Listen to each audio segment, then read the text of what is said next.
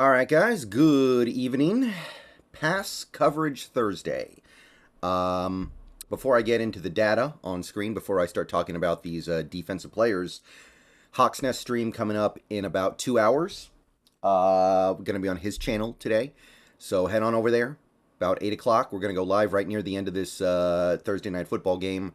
Going to talk about this upcoming Cardinals matchup.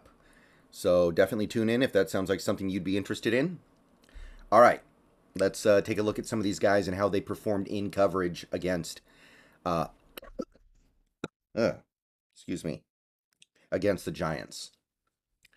So the linebackers are not getting picked on nearly as much. Let's start there. I mean, in general, Daniel Jones didn't do a ton against us, right? Like they had one touchdown drive. It was on a 2-yard drive. So nobody really got picked on that badly. But the linebackers in particular only got targeted a handful of times. Brooks got targeted 3 times, gave up 2 completions for a grand total of, let me make sure I have this right, 19 yards. This is a guy who was giving up nearly 100 yards in coverage about a month ago in a game against the Lions. So big improvement there. I think we're doing a good job keeping Brooks out of coverage situations and allowing him to play to his strengths, but at the same time, he is holding up just a little bit better. And I have to say that things are at least starting to trend in the right direction for him. I still look at Jordan Brooks and I say, I don't know if this is where the NFL is headed right now. I look at linebackers like Roquan Smith and I say, that's where the NFL is going. The guys like Jordan Brooks feel like, in the 90s or maybe the mid-2000s even, they would have been great. But now they have value, but what I'm trying to say is I'd be very cautious about committing massive money to Jordan Brooks past his rookie contract. But good game for him. Also pretty good game in coverage for Cody Barton. He only gave up like 12 yards in coverage, I think. So very clean game from Cody Barton. He only got targeted a couple times. So another good game from him in coverage. That is supposed to be his strength as a player, right? Darrell Taylor only played 3 snaps, so he didn't get targeted. Nwosu didn't allow any completions. I believe he got targeted once in this game. Yes, once. So nothing there. Mafe got targeted twice. No completions, so nothing there. Bruce Irvin did not get targeted, which is impressive given how much he played. And that's about it for the linebackers. And look, you add all that stuff up. Everything I just said, you add it up. It was like 3 completions for a grand total of less than 40 yards. Pretty good given where we were just even a few weeks ago. And Brooks is now not on pace to give up 1,000 yards in coverage. Pretty good. Okay, cornerbacks. Sidney Jones, Artie Burns, still not playing. Sidney Jones now off the team, by the way, and he has cleared waivers, so he can go to anybody. So, we're probably not going to have to worry about updating this column anymore. Artie Burns is still kicking around, but he's not playing either. Tariq Woolen was targeted, I believe, 4 times and gave up 2 completions for just about, 48 yards, just under 50 yards.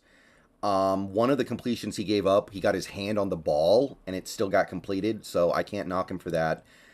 So not his best game ever, but still good.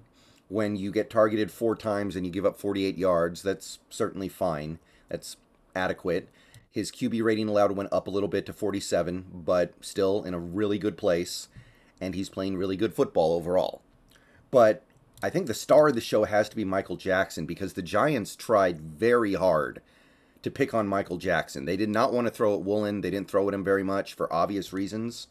So according to PFR, he got targeted 12 times in this game and only gave up 5 completions for a grand total of, let me get the numbers here, 52 yards. 12 targets, 52 yards for Michael Jackson.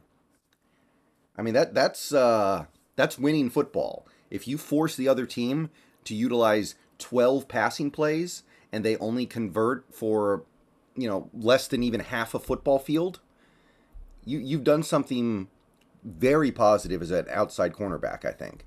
Only 5 completions. Like they tried to abuse Michael Jackson a little bit, and he was not letting it happen out there. So, really good game from him. Maybe the best game he's played now. He hasn't played a ton of games in his career. I understand that, but This is a guy who's coming on very strong here, and Trey Brown's about to find his way back onto the football field. It's going to be very hard for him to supplant any of these guys. But Jackson was the guy who he may have supplanted. I don't think it's happening right now because he's just playing a little too good. It's not just this one game either. You look at the season as a whole. He's allowed less than 50% completion, less than 200 yards in coverage. And this is 8 games, so he is literally giving up less than 25 yards a game in coverage. Better than Woolen. Now, Woolen's a better player because of the picks, but still. The only other cornerback who played was Kobe Bryant. He got targeted, I believe, 4 times and did give up 4 completions, but nothing big, nothing devastating. Yeah, 32 yards. So that's perfectly fine. His QB rating stayed pretty close to the same. I think it dropped a tiny bit. But, yeah, nothing devastating there. 4 for 4 for 32 yards. Totally fine. Again, he is playing out of position, and he's actually, he's competing in there now. As for the safeties, Ryan Neal got targeted a couple of times. Let me see here. Yeah, 3 times, and he gave up 3 completions, but they were all shorter plays, 13 yards. And from his safety spot, Slash, I know he comes up and kind of almost plays linebacker on some downs. 151 yards. Really good. Really good. He's not getting picked on in coverage really at all. He gave up 2 short touchdowns against either the Saints or the Lions. And since then, he's been playing great football. His QB rating allowed is down at 79 at this point, about. So good football from him.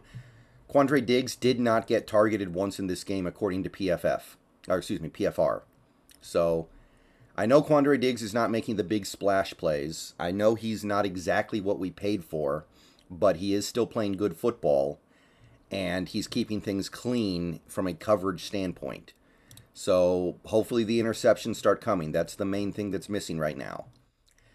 Josh Jones played a little bit in this game, did not get targeted either. So his number stayed the same. And that's it for pass coverage Thursday. As you can see, everybody played fine. A couple players didn't play amazing. Like, okay, Kobe 4 for 4 for 32 yards is not amazing. Maybe you could point to somebody like, actually, really... Woolen. You could maybe look at Woolen and go, okay, 2 completions, but he gave up a kind of a big play there. But nobody played bad. I think everybody played well above average. Nobody gave up anything huge. No passing touchdowns. So, hey, it's a lot better than where we were a few weeks ago. And it's not even really a matchup thing, right? Because a few weeks ago, we were playing the Lions with no receivers. And we still got destroyed. We were playing the Saints with their backup quarterback and all their receivers out, and they torched us. So, yes, we are playing Daniel Jones and his garbage receivers. We are playing the Cardinals without Kyler Murray. I understand all this, but it doesn't really matter. It's still so much better than it used to be. All right, I'll see you guys in a couple hours on the Hawks Nest stream. Hope to see y'all there. We're going to talk about this Cardinals game coming up, and go Hawks.